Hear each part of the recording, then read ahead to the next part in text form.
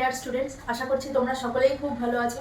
প্রথমেই সকলের কাছে ভেরি সরি, এক্সট্রিমলি সরি এতদিন কোনো ভিডিও বা শর্টস না আনার জন্য। আসলে কিছু প্রবলেম এসে গেছিলো, আনঅ্যাভয়েডেবল প্রবলেম, যেগুলোর জন্য ভিডিও বা শর্টস করে ওঠা হয়নি। তবে online offline class as usual চলছিল। তোমাদের পরীক্ষা একেবারেই সামনেই চলে এসছে। ক্লাস 12-এর সনেট নাম্বার 73 সেটিকে ইন ডিটেল দেখবো, তবে একেবারে জিস্ট আকারে দেখবো, যাতে তোমরা পরীক্ষার আগে চট করে একবার জেনে নিতে পারো। এটার জন্যই তোমাদের যদি শুধুমাত্র ইনফরমেশনের শর্টস দরকার হয় তাহলে দেখো চ্যানেলে রয়েছে, সেটাকে এক ঝলক দেখে নিতে পারো। কারোর যদি কোশ্চেন আনসার দরকার হয় তবে প্লিজ কমেন্টে জানিয়ে দিও। অনলাইন ক্লাসে কোশ্চেন আনসার হয়ে গেছে, অনলাইন ব্যাচের স্টুডেন্টদেরকে বলছি যে ওর বাইরের কোশ্চেন আর আসার চান্স নেই। তবুও যদি তোমাদের মনে হয় যে আরও কিছু প্রবলেম রয়েছে তাহলে তোমরাও এখানে এসে কমেন্ট করতে পারো। আর যারা শুধুমাত্র চ্যানেল থেকেই দেখছে তাদেরকে বলছি যে যদি কিছু প্রবলেম থাকে, কোনো ফ্রেজে প্রবলেম, কোনো লাইনে প্রবলেম, মনে হচ্ছে যে এটা একটু এলাবোরেট করলে ভালো, তো তোমরা কমেন্টে সেটাকে বলে দাও, আমি একটা শর্টস বানিয়ে তোমাদের আনসার দিয়ে দেবো, ঠিক আছে? তো দেখো, সনেট নাম্বার 73 জানার আগে আমরা যেটা জানবো যে সনেটটি কে লিখেছেন, বাই উইলিয়াম শেক্সপিয়ার। এবার জানবো যে সনেট কি জিনিস। সনেট হচ্ছে 14 লাইনের একটি গাথা, কবিতার মতন গাথা, ছন্দ মিলিয়ে লেখা হয়। এবার এখানে যেহেতু 14 লাইন থাকে তাই 12 লাইনের মিল হয়, আর শেষের দুটো লাইন থাকে, সেই দুটো লাইনকে কাপলেট বলে। দুটো, সেই জন্য এটাকে কাপলেট বলা হয়। কাপেল মানে দুটো, দুই, সেটা তোমরা সকলেই জানো। তো দেখো এর রাইম স্কিমটা কি আছে, A B A B, C D C D, E F E F and G G. তো দেখো, যেহেতু একটা লাইন বাই একটা লাইন মানে অল্টারনেটিভ লাইনের সাথে লাইন মিলছে, তার জন্য তোমরা নিজেরাই বুঝতে পারবে যে এটি কিভাবে এবি এবি হয়েছে। এইবার উইলিয়াম শেক্সপিয়ার কোন এজে বিলং করতেন সেটি জানতে হবে। তো যখন তোমরা লিটারেচার নিয়ে আরও ভবিষ্যতে পড়বে পরে, তখন জানতে পারবে যে লিটারেচারের বেশ কিছু ভাগ আছে। এবার কোন রাইটার কোন ভাগের মধ্যে পড়েন সেই হিসাবে আমরা তাদের রাইটিংয়ের ফিচার্সগুলো বুঝতে পারবো, যে তিনি কি বলতে চেয়েছেন বা তিনি যে মেটাফোরগুলো ইউজ করেছেন সেগুলো বোঝা আমাদের কাছে অনেক বেশি সহজ হবে, বা তার রাইটিংয়ের কী কী ফিচার্স রয়েছে সেগুলোও আমরা সহজে বুঝতে পারবো। তাই আমাদের জানতে হবে 1564 থেকে 1660 ইয়ার্স পর্যন্ত উইলিয়াম শেক্সপিয়ার বিলং করতেন। এবার তিনি মোট 154 সনেট লিখেছেন। সেই 154 সনেটের মধ্যে ফার্স্ট 126 সনেট তিনি ডেডিকেট করেছেন মিস্টার ডব্লিউ.এইচ কে, এবং লাস্ট 28 তিনি ডেডিকেট করেছেন লাস্ট লেডি। এই দুটো ক্যারেক্টারই রিডারের কাছে কমপ্লিটলি আননোন। তবে মনে করা হয় এই যে মিস্টার ডব্লিউ.এইচ, ইনি হয়তো উইলিয়াম শেক্সপিয়ারের বন্ধু উইলিয়াম হার্বার্ট হতে পারেন, এটা মনে করা হয়।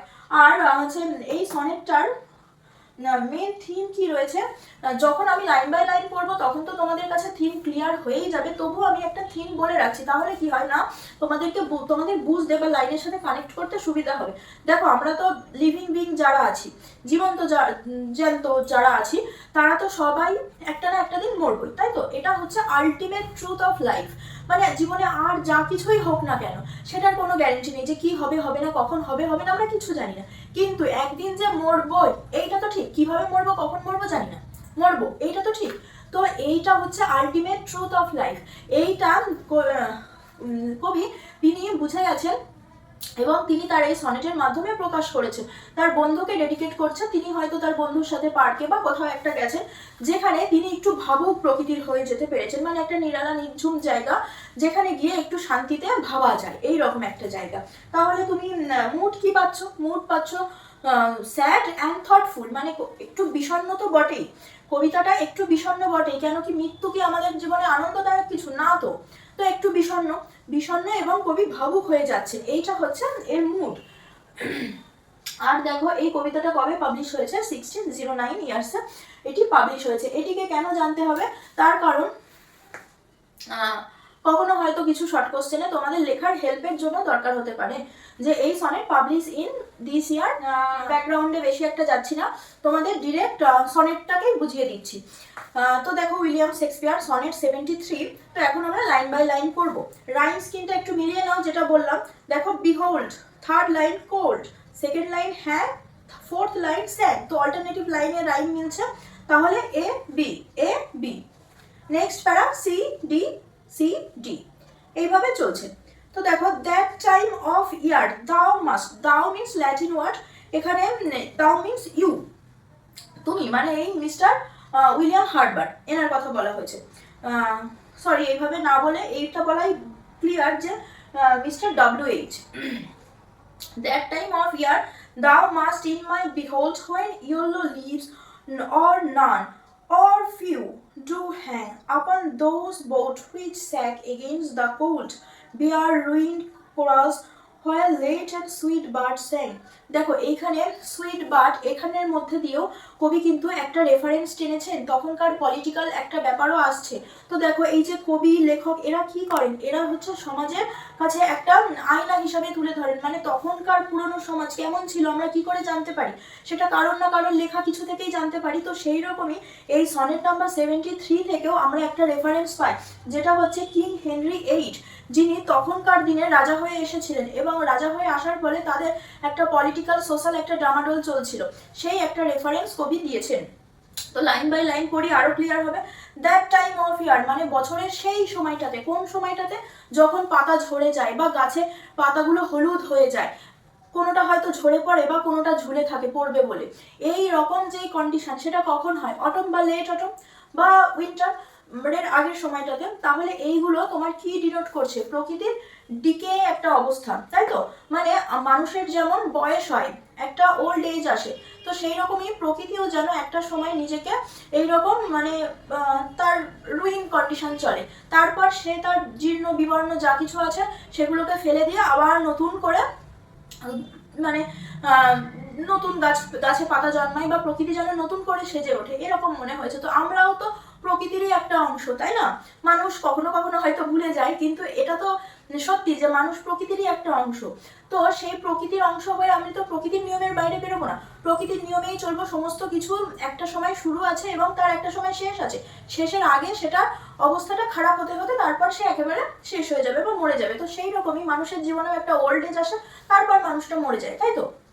তো সেই রকমই কবিতার বন্ধুকে বলছে আমার সময় মানে আমার জীবনেও তুমি এইরকম একটা সময় দেখতে পারবে, মানে নেচারের এই যে জীর্ণ বিবর্ণ অবস্থা যেটা লেট অটাম বা আর্লি উইন্টারে আসে, সেইটা তুমি আমার মধ্যে দেখতে পারবে।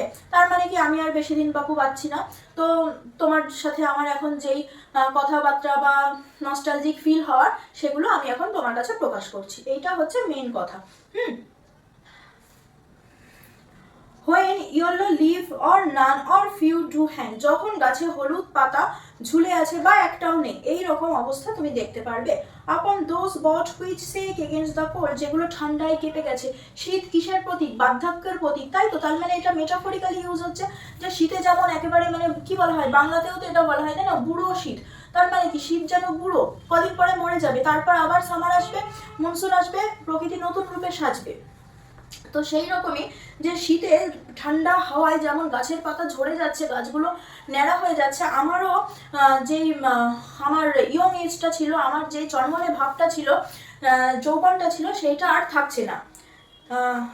Bear ruined choirs where late the sweet bird sang, যেখানে সুন্দর পাখিরা গান গাইতো সেখানে আর তারা গান গাইছে না। এখানে সুন্দর পাখি মানে তুমি প্রকৃতির মাঝের পাখিও ভাবতে পারো, যেটা গাছের ডালে বসে সুন্দর গান গায়, স্প্রিংয়ে গায়, যখন সামার শুরু হয় তখন গায়, কিন্তু গায় না কখন, তারা বাসায় ঢুকে যায় বা ঠান্ডায় প্রকৃতির মাঝে বেরোতে চায় না, সেটা কখন, সেটা হচ্ছে লেট অটাম উইন্টার, তাই না, এই সময়টাতে। তো এই রকম একটা সময়কে কবি তুলনা করেছেন যে যখন কিং হেনরি 8 তিনি সিংহাসনে বসেন, তার ফলে যেই মানে তাদের রাজ্যের যে সুন্দর যে ভাবটা, যখন মানুষজন সুন্দরভাবে গান গাইতো, আনন্দে খেলে বেড়াতো, এই পরিবেশটা আর তিনি রাখছেন না এই রাজা, এই রেফারেন্সটা তিনি এখান থেকে এনেছেন। তো এইটা মেটাফোর হিসাবেও তুমি ভাবতে পারো যে গাছের পাখিদের সাথে এখানে অল্প বয়সে যে বাচ্চা যারা কোরাস গাইতো তারা আর গাইছে না, ওই কিং হেনরির 8-এর প্রভাবের জন্য। মানে তিনি হয়তো খারাপ কিছু করতেন, তার শাসন অতি মাত্রায় কঠোর ছিল, তো সেই জন্য সেই রেফারেন্সটা এখানে টানা হয়েছে। In me thou cyst. আচ্ছা, এই রেফারেন্সটা কেন টেনেছেন কবি? আরো ক্লিয়ার করে তার বন্ধুকে বোঝাবেন যে দেখো এই সময়টার মতন সময় আমার জীবনে আসছে, তার মানে আমি আর বেশি দিন নেই, এটা উনি বোঝাচ্ছেন। ইন মাই দাও seest the twilight of such day. Twilight কখন বলো তো? যখন গোধূলি। গোধূলি মানে কি, যে হচ্ছে দিন শেষ হচ্ছে এবং রাত শুরু হচ্ছে। রাত মানে কি মেটাফরিক্যালি বোঝানো হয় যে দিনের শেষ, অন্ধকার, হোপলেস কন্ডিশন।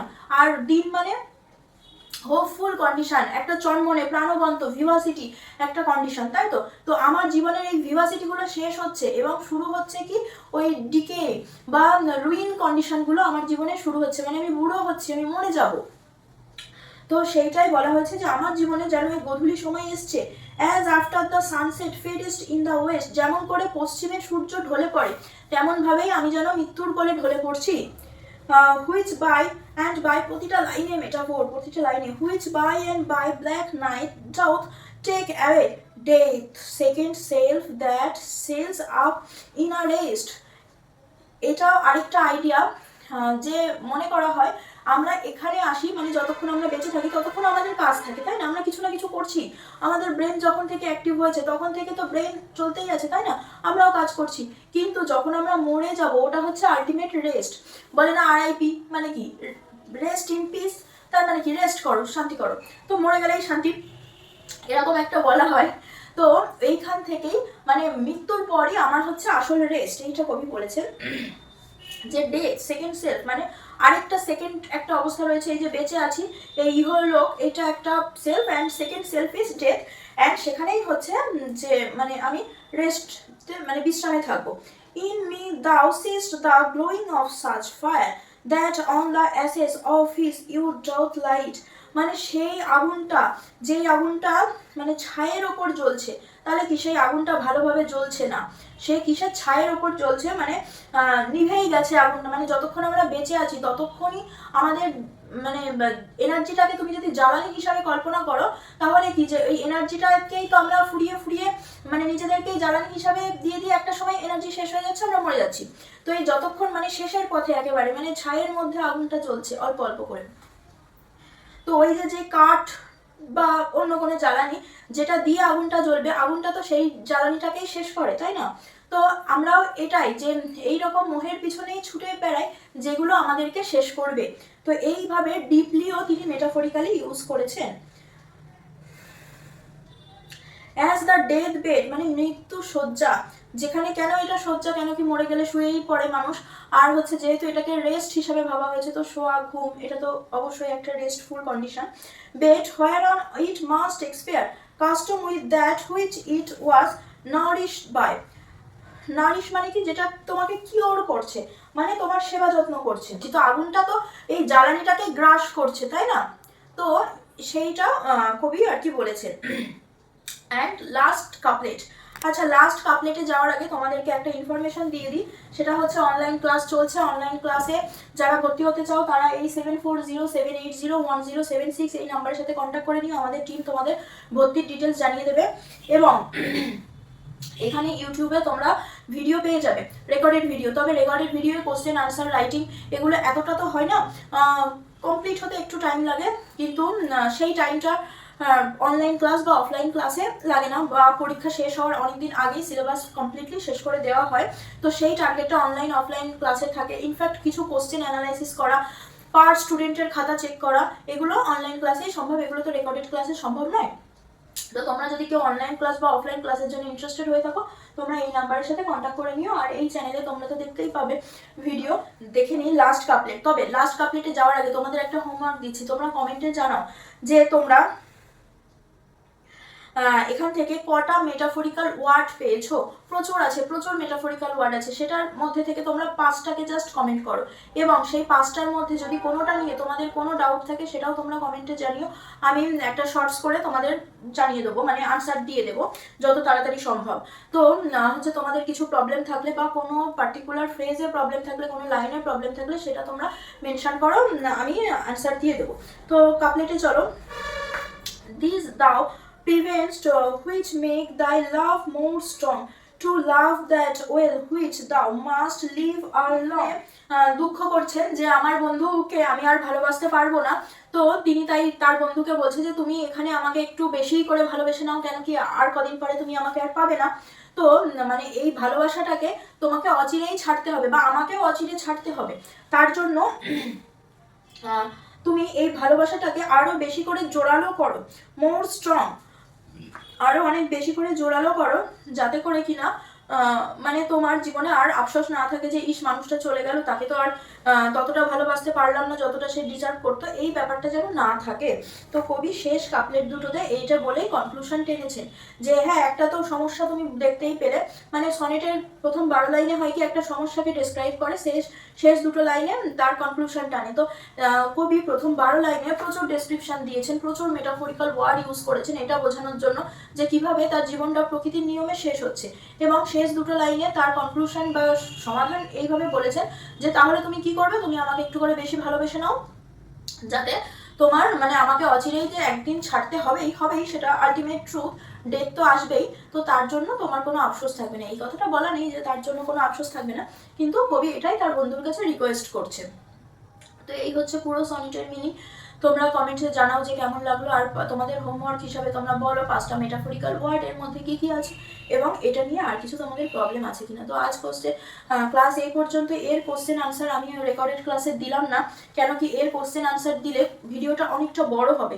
এর প্রতিটা কোশ্চেন আনসারকেই আমি যদি 5টাও দিই তো 5টাই যথেষ্ট, 5টা কোশ্চেন আনসার করলেই সেটা তোমাদের পরীক্ষার জন্য যথেষ্ট, তার বাইরে আর কিচ্ছু করতে হবে না।